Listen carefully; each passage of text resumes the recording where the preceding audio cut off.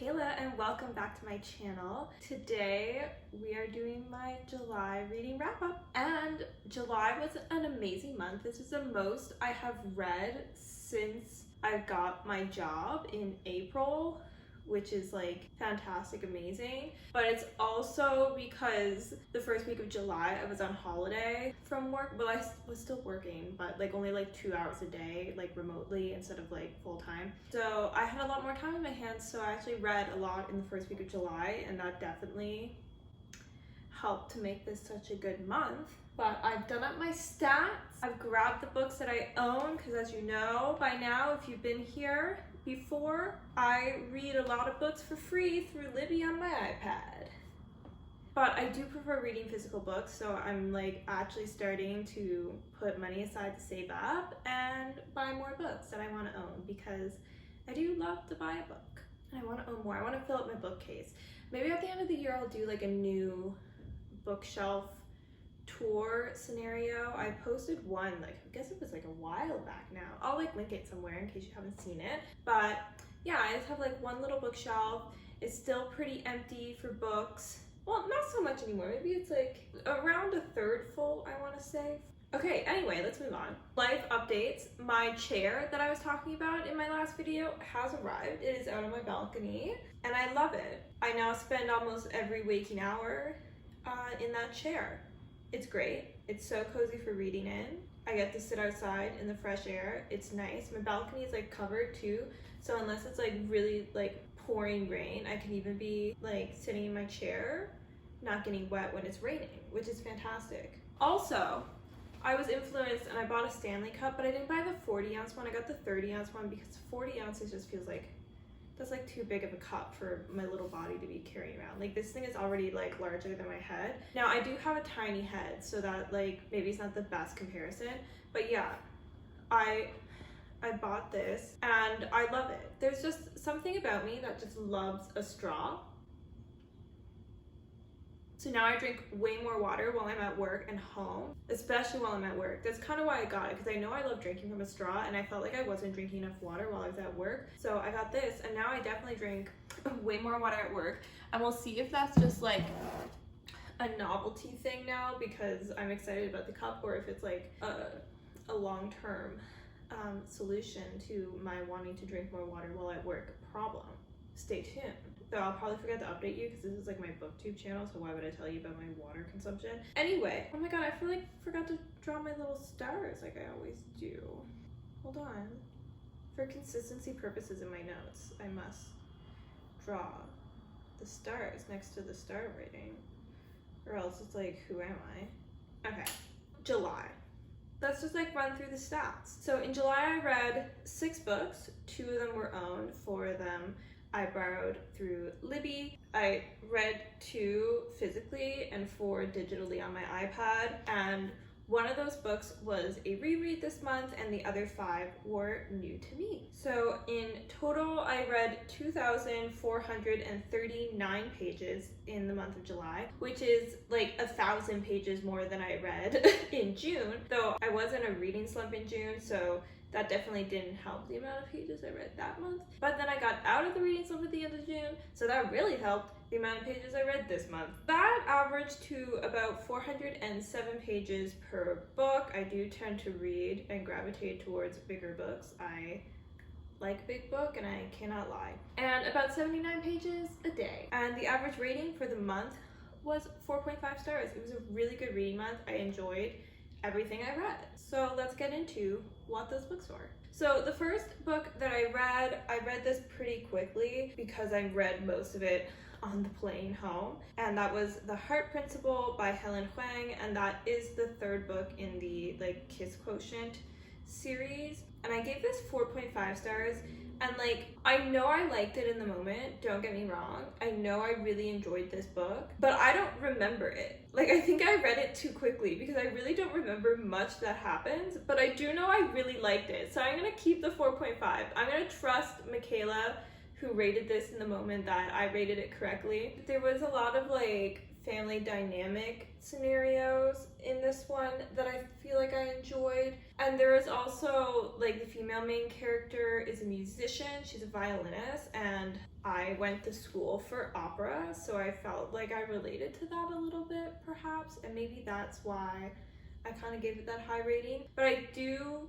remember finishing it and being like, yeah, this was my favorite in the series, so it was my favorite in the series. I gave it 4.5 stars. So after that, I read And Every Morning the Way Home Gets Longer and Longer by Fredrik Backman. This is a little novella. It's like 75 pages or something. I gave it 5 stars. I was so excited to be going home because I have a library card for home, and I knew the library, like, back home had this book, and I walked into the library to pick up some books that I was going to read the week I was home for holidays, and saw it there, and I had to grab it because I guess this book is like out of print or something, because you like can't buy it on Kindle, you cannot buy it like at all in any format. From what I can tell, it's like non-existent. So I was really happy because like I wanted to read it. I heard some good things about it. I gave it 5 stars, not necessarily because it was like absolutely mind-blowing, because you can read it in one sitting. It's like 70 something pages, and it's really hard to develop fully a story in that length, especially for in the story of like dementia and Alzheimer's and kind of like losing someone before you've lost them. But I thought it was really like beautifully depicted, and I did really enjoy every moment I was reading it. There's some times when you have a little smile and sometimes you want to shed a little tear, and especially the fact that Fredrik Backman never actually wrote this to be published. He kind of wrote it for himself to like move through his own thoughts and feelings made me give it the 5 stars, because I feel like he was not writing this to necessarily speak to other people. He was speaking to himself. So the fact that it still connects with so many people, because I've seen a lot of people really love this book. Yeah, I just thought it was really good. And then I made everybody in my family read it because I read it in one sitting and I had it for like 2 weeks. So I was like, everybody read this 70-page book now. Okay, thank you. After that, I read Not a Happy Family by Shari Lapena. I'm actually lying in my stats. I totally lied in my stats because I forgot I got physical books from the library. Oh my god, I am a dummy. Okay, hold on. These stats were backwards. I actually read 4 books physically and 2 books digitally, and not 2 books physically, 4 books digitally, because I haven't physically gone to a library and gotten physical books in so long. I forgot I read these books physically, but I did. I had physical books for this just because they were low. Okay, that's just like habit. Anyway, sorry, oops, my stats were wrong like 2 minutes ago. My bad. But next I read Not a Happy Family by Shari Lapena. This was the other book that I got from the library. I did actually get like a bunch of books, but this is the book I got from the library that I decided to read. And I gave this 4 stars.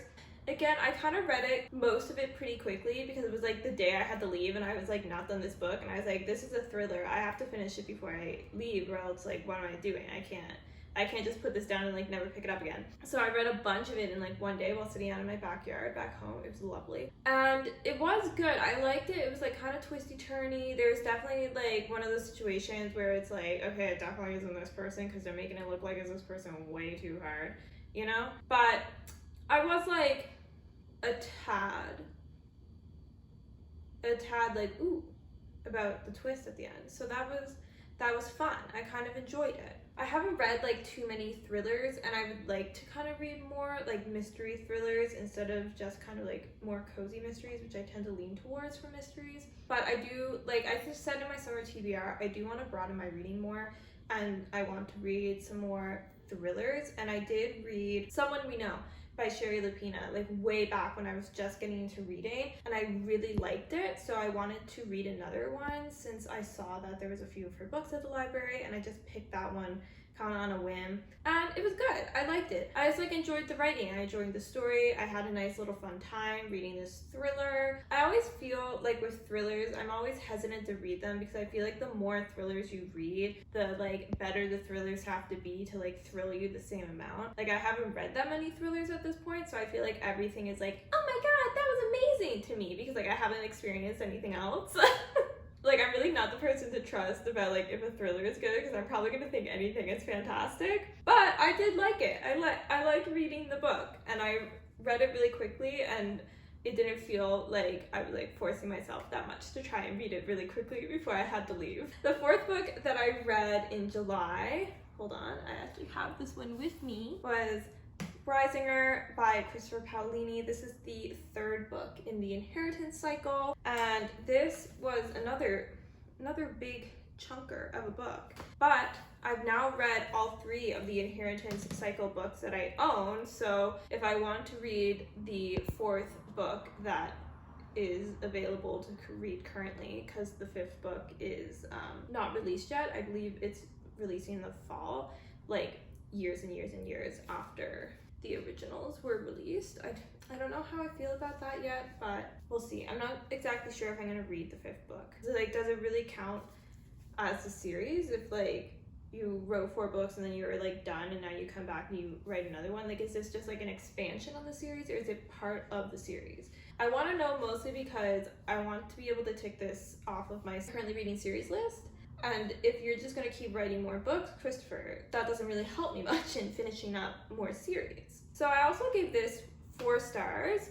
I liked the developments in this.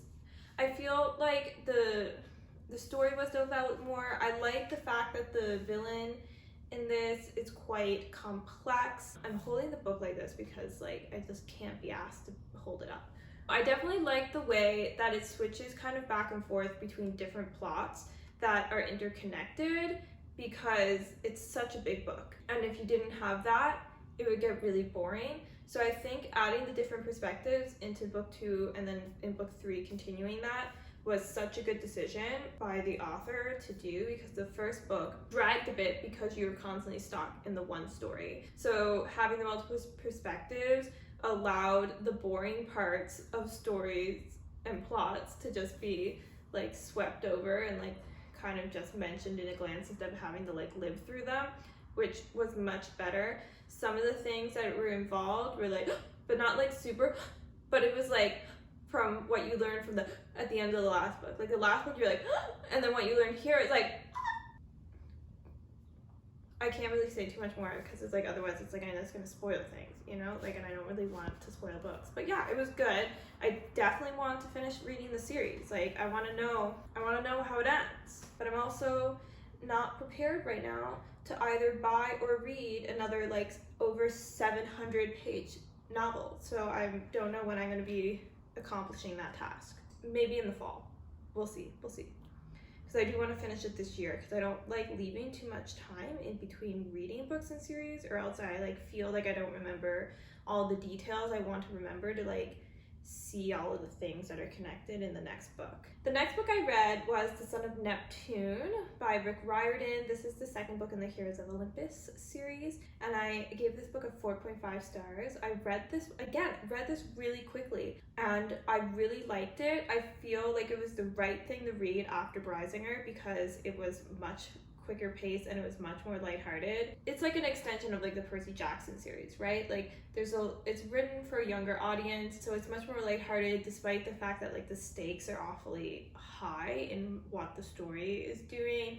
But there's a lot of humor. There's a lot of, like, really small, like, plots inside the bigger plot that keep you reading and keep things moving. Basically, what I'm saying is I had the attention span of a child after I finished reading Brisingr, and so this was perfect. I have to say, I'm liking the Heroes of Olympus series. I like that we're getting new characters, and it's not just the same characters from the Percy Jackson series. Now in another series, you have some of the people that you know, you're getting to meet a lot of new people, and it's great. I'm really liking it. I'm really liking the series, and this is another one that I'm going to be reading more of, especially since I'm reading this one digitally through Libby. I can kind of read them whenever I want, because I don't have to plan on buying the books. I think I would like to buy, like, the Percy Jackson books at some point, but with the Chalice of the Gods coming out, I just, like, have this feeling that they're gonna release new covers for the whole series. If I buy the books, I want to have all the covers to match, so I'm holding out on that. Also, I've read them, so I don't feel like a huge urge to, like, buy them right away, despite I want to reread them. If I had the books physically, I could reread them when I want to. It's not, like, top priority book buying for me at the moment. I'm, like, really on, like, a tangent mood today. But the last book I read in the month was A Curious Beginning. This was my reread, and I gave this 5 stars just like I did the first time I read it. I love this book. It's by Deanna Raybourn. It is the first book in the Veronica Speedwell mystery series, and I recently bought the second book in this series, A Perilous Undertaking, but I hadn't read this book in a year, so I wanted to reread this before I moved on in the series, especially since I loved it so much. Like, I love having a good reason to justify rereading a book when there's books on my shelf I haven't read, and this gave me that reason. I read this book in like 3 days, if that, just like the last time, honestly, and it was just as good as the last time. I love the dynamic between Veronica and Stoker in this series, and I can't wait to read the second book to just like get more of that. It's just like so fun. It makes me like with their banter, and it's just so lovely. But also the story is interesting and the mystery is good, and I want to know where the mystery is going to lead to now, considering it feels like in this book that the mystery has been like pretty, like you feel pretty like wrapped up. Like it feels like, yep, okay, that's the answer. So I'm like, what's gonna happen now? Where are they gonna go? Where is the story gonna take them? I'm very curious. A Curious Beginning. I did that on purpose. No, I didn't, but like, I'll pretend. Those were the 6 books that I read in July. It was a really good reading month. I read a lot of I read a lot of really books, as opposed to the books that are not really books, the fake books. But I read a lot of books that I really enjoyed in the month of July, and it felt extra good to have that kind of month after having such a disappointing reading month in June, where I was in a slump and reading felt like a chore at times, and I didn't want to be doing it. So it felt really nice to be excited about reading again in the month of July, and to read a lot of books that I was just having such a good time with and absolutely living wonderfully in the worlds of. So if you happen to like this video, give it a like, consider subscribing. If you happen to like me, I'd be happy to have you. And let me know what your favorite book in July was. And with that, I hope you're having a wonderful day today. I will see you in the next one. Bye-bye!